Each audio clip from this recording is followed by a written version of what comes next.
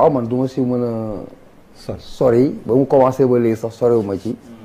mais dafa am benn affaire jaar yi dañ ko teg fële xale la ma je suis d'accord ñu teg jaar yi fële mais am na ay affaires yoo xamante ne bu xewee il faut que les gens en parlent loolu mooy dëgg la vérité il faut savoir dire la vérité dans des moments importants jaar yi xale la ça peut se comprendre je ne suis pas dans le jugement mais ce que je suis en train de voir des gens qui sortent di non l'impossible non ko c'est pas possible yow sa doom bu defoon tey benn affaire yow mii personnellement doo xaar nit ñi di la ko da nga koy régler tu le tues c'est une façon de dire da nga koy corriger mais li ma gis nii c'est pas ça donc je reprécise ma pensée jaari xale nañ ko teg fële elle peut faire des erreurs je ne suis pas dans le jugement mais adulte yi jël ay paroles di jéem a lu rouge nga bëgg ko blanc wala lu blanc nga bëgg ko rougeal ça ne passe pas et nit bu amee un problème il faut pas le déplacer il faut le régler il y a eu un problème il faut avoir le courage et la responsabilité de le régler encore que Diaye c'est pas n'importe qui c'est la fille de tous les Sénégalais c'est la nièce de tous les Sénégalais c'est l'enfant de tous les Sénégalais merci il faut que la vérité soit dite et qu'on en tire les leçons qui s'imposent. Bouba waaw bon moi je pense que wax fa dëgg yàlla oui Diary c'est n'importe qui hein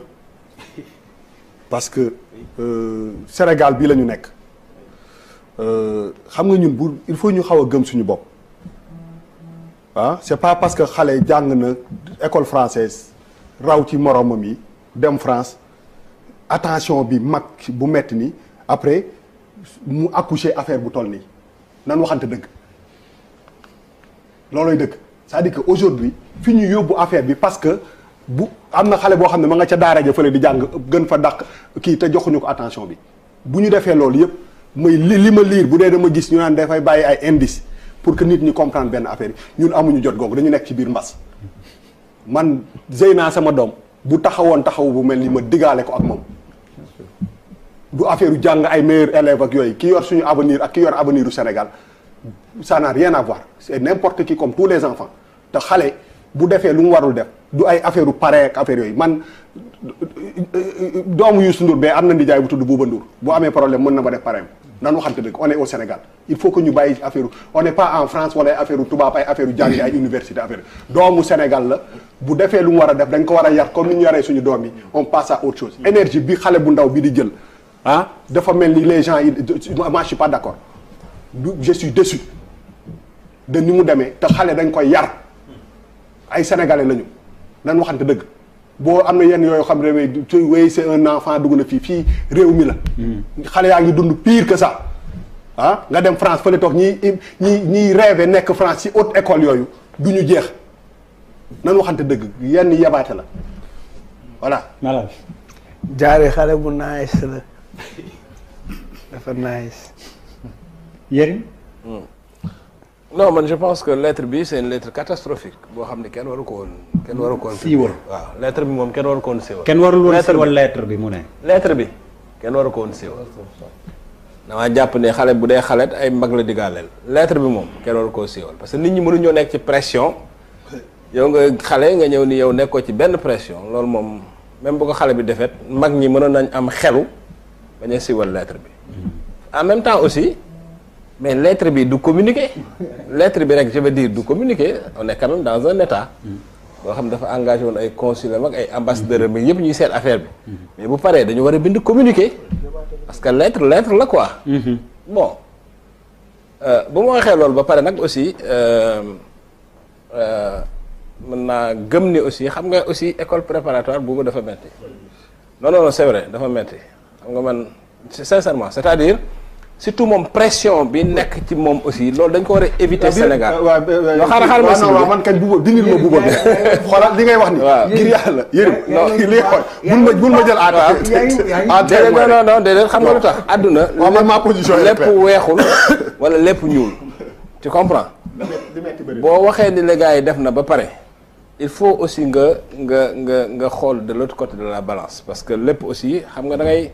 dafa am yoo xam ni boo ko dundee man sama doom bu jigéen par exemple prépa na def Lyon mais daf def benn année pare na ma papa ma ne ko am je suis fatigué moment bii mi ngi Sénégal di def année sabbatique parce que pression bi dafa non xaar rek ma wax la boobu dafa metti xam nga boo ko dundee aussi da nga koy xam. def na première année affaire bi metti mu ñëw mi ngi noppalu parce que pression bi c'est-à-dire jàng bi mooy jàng prépa mooy jàng bi gën a metti ci àdduna. il faut ñu xam ko. ba pare moom mu yokkaat ci beneen pression mooy am prix concours général ñu bon xam nga déjà ñi am non boobu non c'est important. mais non dama noyyi rek. waaw parce que man par exemple d'accord ma ak yow mais waxal rek. man xamul mooy metti. Yérim doo bàyyi sama tur bi ci bii. non parce que non ni nga may interpellé moo may gêné quoi. genre à la Yérim pourtant elle dit justement que c'est pas la pression. non attends. mais boo ko Yérim mën nga ma bàyyi ci bii. loolu xam nga moo ko wax. loolu wax la rek mais étude préparatoire. Yérim na mu bàyyi ko xale yi koy def dañuy am bac C am moyenne bu baax donc am idée que ni ñoom c'est l'élite boo ñëwee foofu ay moyenne 10 ak ay 11 ngay am looloo fi nekk loolu dafa